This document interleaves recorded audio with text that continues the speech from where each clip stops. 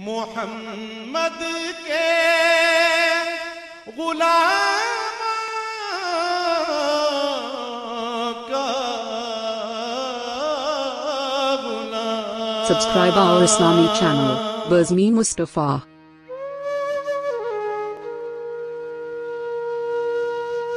अव्वल हमद सना इलाही जो मालक हर हर दा, उस दा नाम चितारन वाला हर मैदान नहर दा। काम तमाम मुयस्सर होंदे नाम उदा चित धरिया, रहमो सुके सावे करदा कैरों साड़े हरिया।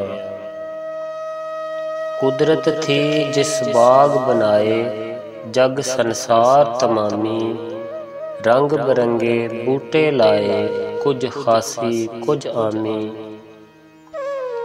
इस अजायब बागे अंदर आदम दा रुख लाया, मार्फत दा मेवा दे के वाह फलदार बनाया।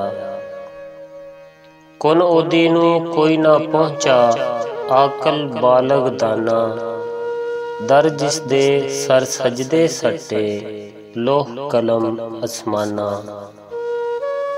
हुक्म ओदे बिन कख ना हलदा ओ कुदरत दा वाली, जे आ जौन निगाह ओदी विच हर पत्तर हर डाली।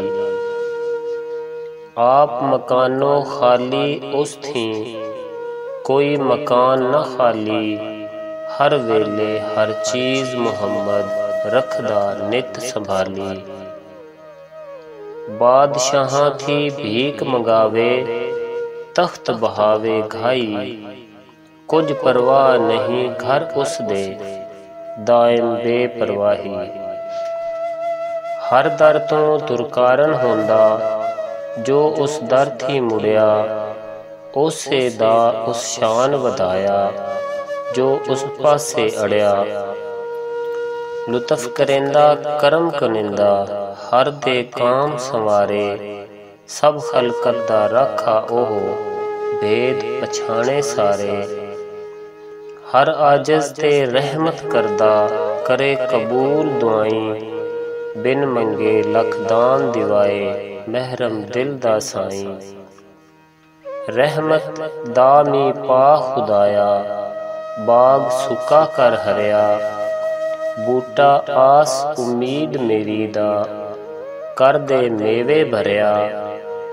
मिठा मेवा बख्श अजिया कुदरत दी घत शीरी, जो खावे रोग उस दा जावे दूर होवे दिलगीरी।